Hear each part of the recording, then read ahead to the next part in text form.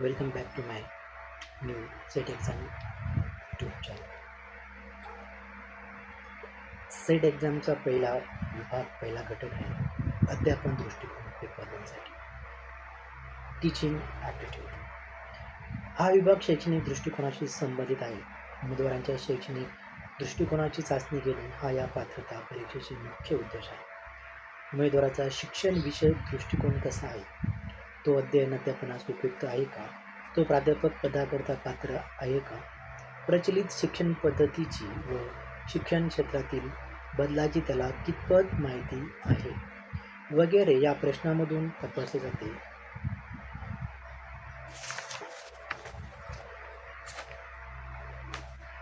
अध्यापन दृष्टिकोन teaching aptitude.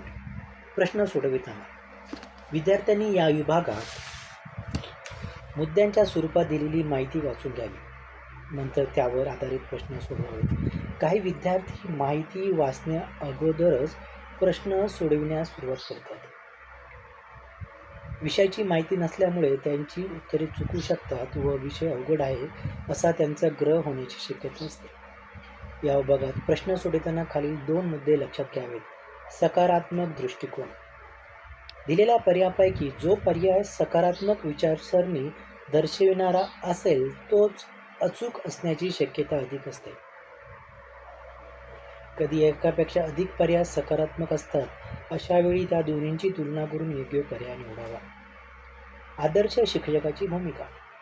या प्रकारातील प्रश्न हे एखाद्या विशिष्ट प्रसंगी शिक्षकाने कोणती भूमिका घ्यावी यासंबंधी असतात. अशा स्वरूपाचे प्रश्न सोडविताना एक आदर्श शिक्षक या प्रसंगी काय करेल किंवा त्याच्याकडून कोणती रास्त अपेक्षा असेल यावरून उत्तराचा पर्याय निवडावा.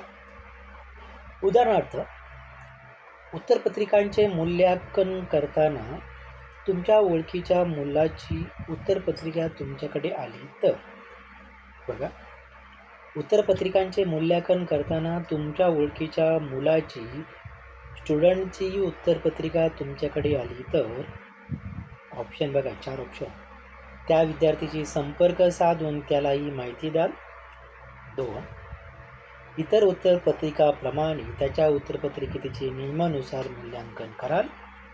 त्याला इतरांपेक्षा जास्त गुण द्याल. आणि 4. त्याने एकदा तुमचे ऐकले नव्हते म्हणून त्याला कमी गुण द्याल. प्रश्नातील 4 पर्यायापैकी अ व क पर्यायाप्रमाणे कार्य करणे बेकायदेशीर आहे, त्यामुळे हे उत्तर असू शकणार नाही. ड प्रमाणे शिक्षकाने कृती करणे सुद्धा योग्य नाही, म्हणून राहिलेला पर्याय ब योग्य आहे.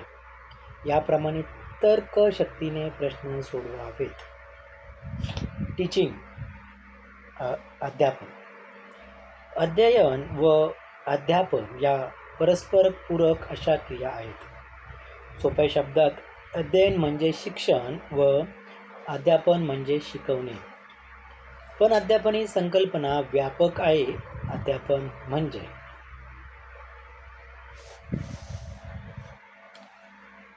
विद्यार्थ्यांना एखादी कृती कशी करावी हे दर्शवून त्याप्रमाणे कृती करण्यास प्रोत्साहित करणे. विशिष्ट कृती, उपक्रम, पाठघटक, अनुभव पद्धतीद्वारे मुलांना ज्ञान प्राप्ती करण्यासाठी प्रेरित करणे. विद्यार्थ्यांच्या व्यवहारामध्ये इष्ट दिशेने अपेक्षित परिवर्तन आणणे. एका व्यक्तीने दुसऱ्या व्यक्तीस ज्ञान, कौशल्य व अभिरुची प्राप्त करण्यासाठी सहाय्य करणे. विद्यार्थ्यांना विविध शैक्षणिक अनुभव देऊन एखाद्या विषयासंबंधी आवड व जिज्ञासा निर्माण करून अधिक ज्ञानप्राप्तीसाठी प्रवृत्त करणे. अध्यापनाची उद्दिष्ट हेतू ऑब्जेक्टिव्ह ऑफ टीचिंग. अध्यापन ही द्विकेंद्री प्रक्रिया असून विद्यार्थी व शिक्षक हे 2 केंद्र त्यामध्ये असतात. अध्यापन उद्दिष्टे साध्य झाली तर अध्यापन यशस्वी झाले असे मानले जाते. ही उद्दिष्टे खालीलप्रमाणे असू शकतात. अद्ययावत माहितीचे हस्तांतरण करणे, विद्यार्थ्यांचे अनुभव विश्व अधिक समृद्ध करणे, विद्यार्थ्यांमध्ये नवीन कौशल्याचा विकास करणे, विद्यार्थ्यांच्या वर्तमान अपेक्षित सकारात्मक बदल घडवून आणणे, विद्यार्थ्यांचा वर्तमान अपेक्षित सकारात्मक बदल घडवून आणणे, विद्यार्थ्यांचा शारीरिक, मानसिक व बौद्धिक विकास करणे, विद्यार्थ्यांना स्वअध्ययनास प्रेरित करणे, विद्यार्थ्यांमध्ये निर्णय क्षमतेचा विकास करणे, विद्यार्थ्यांमध्ये सृजनशीलता व निर्मिती क्षमता विकसित करणे, विद्यार्थ्यांच्या आंतरिक मनोरचना व बाह्य अनुभव यामध्ये सुसंवाद घडवून आणण्यासाठी त्यांच्या तशी योग्यता निर्माण करणे. संकीर्ण औपचारिक शिक्षण, अनौपचारिक शिक्षण व सहज शिक्षण हे शिक्षणाचे प्रकार आहेत. ज्या शिक्षण प्रणालीत कालावधी, ठिकाण, परीक्षा याबाबत विशिष्ट नियम पाळले जातात त्याला औपचारिक शिक्षण पद्धती असे म्हणतात. या शिक्षण प्रणालीत कालावधी, ठिकाण, परीक्षा याबाबत विशिष्ट नियम पाळले जातात त्याला औपचारिक शिक्षण पद्धती असे म्हणतात. ज्या शिक्षण प्रणालीत कालावधी, ठिकाण, परीक्षा याबाबत नियमांची लवचिकता असते अशा शिक्षण पद्धतीला अनौपचारिक शिक्षण पद्धती म्हणतात. ज्या शिक्षण प्रणालीत कालावधी, ठिकाण, परीक्षा याबाबत नियमांची लवचिकता असते अशा शिक्षण पद्धतीला अनौपचारिक शिक्षण पद्धती म्हणतात.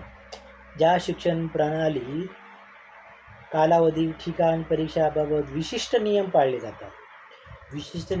जातात औपचारिक शिक्षण पद्धती, आणि नियमांची लवचिकता असते त्याला अनौपचारिक शिक्षण पद्धती. शाळा, महाविद्यालय, विद्यापीठ, निरनिराळे कोर्सेस ही औपचारिक शिक्षणाची केंद्रे आहेत. डॉक्टर सर्वपल्ली राधाकृष्णन यांचा जन्मदिन 5 सप्टेंबर हा शिक्षक दिन म्हणून साजरा केला जातो.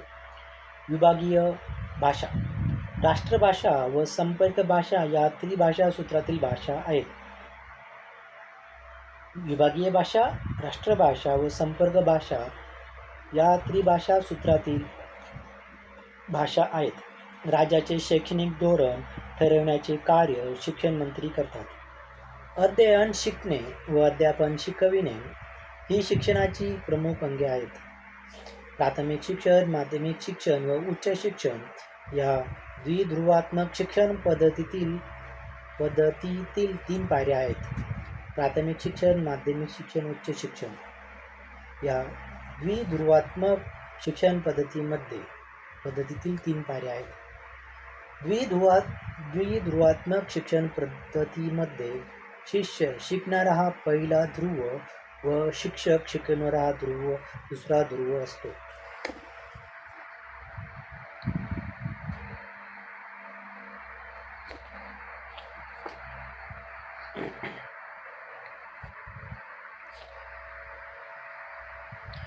पितृसत्ता पद्धतीमध्ये स्त्री शिक्षणावर खूप निर्बंध होते. अनुभवांच्या प्रकाशात आपल्या वर्तनात सतत बदल होत असतो. हा बदल विकास म्हणजे शिक्षण होय. अनुभवांच्या प्रकाशात आपल्या वर्तनात सतत बदल होत असतो. हा बदल विकास म्हणजे शिक्षण होय. व्यक्तिमत्वाचा सर्वांगीण विकास हे शिक्षणाचे मुख्य उद्दिष्ट आहे. शिक्षण प्रक्रिया ही जीवनभर सातत्याने चालणारी अखंड प्रक्रिया आहे. शिक्षणाची काही प्रमुख ध्येय खालीलप्रमाणे आहेत. ज्ञानप्राप्ती 2, चारित्र्य संवर्धन, शरीर संवर्धन, उपजीविका, चरितार्थ साधन, सर्वांगीण विकास. मुख्याध्यापक, प्राचार्य यांच्या अंगी खालील विशिष्ट गुण असणे आवश्यक आहे. अनुभव संपन्नता, नेतृत्व गुण, अध्यापन कौशल्य, कार्यक्षमता, योजना चातुर्य, निर्णय शक्ती, खंबीरपणा, कल्पकता, गुणग्राहकता, कर्तव्य, अध्यापन विषयक, नियोजन विषयक, संघटन व प्रशासन विषयक, पर्यवेक्षण विषयक, मार्गदर्शक विषयक. शैक्षणिक साधने, दृक साधने, विविध प्रकारचे फलक, चित्रे, आलेख, नकाशे, तक्ते, स्लाइड्स इत्यादी.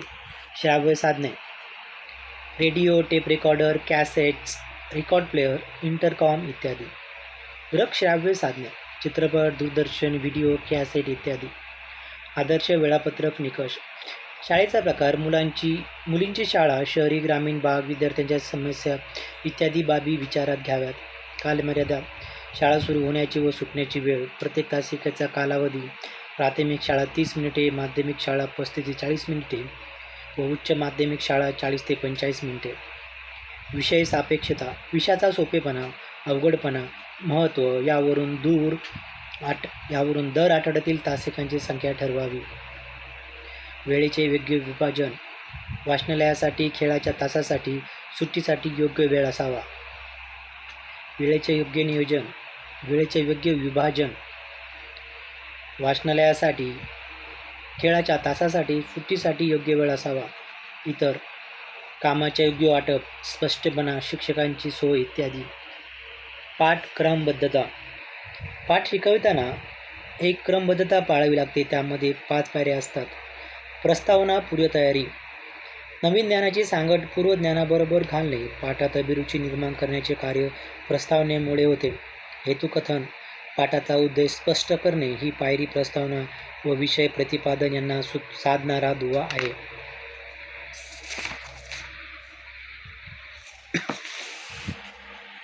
विषय प्रतिपादन हा पाठाचा आत्मा होय. पाठाचे महत्त्वाचे ज्ञान या पातळीवर विद्यार्थ्यांना दिले जाते. त्यासाठी विविध शैक्षणिक साधनांचा वापर केला जातो. आवर्ती संकलन, पाठ शिकवून झाल्यावर शिकवलेला भाग विद्यार्थ्यांना किती समजला हे पाहणे आवश्यक असते. आवर्ती संकलनाने हे शक्य होते. विद्यार्थी स्मरण व विचार करण्यास प्रवृत्त होतात. गृहपाठ स्वाध्याय ही पाठाची शेवटची पायरी होय. स्वाध्याय देताना मुलांच्या वयाचा विचार करून तो द्यावा. विद्यार्थ्यांनी केलेला स्वाध्याय तपासावा. वरील 5 पायऱ्या हर्बार्ट या लेखकाने सांगितल्या आहेत. त्यामुळे त्यांना हर्बार्टची पंचपदी असे म्हणतात.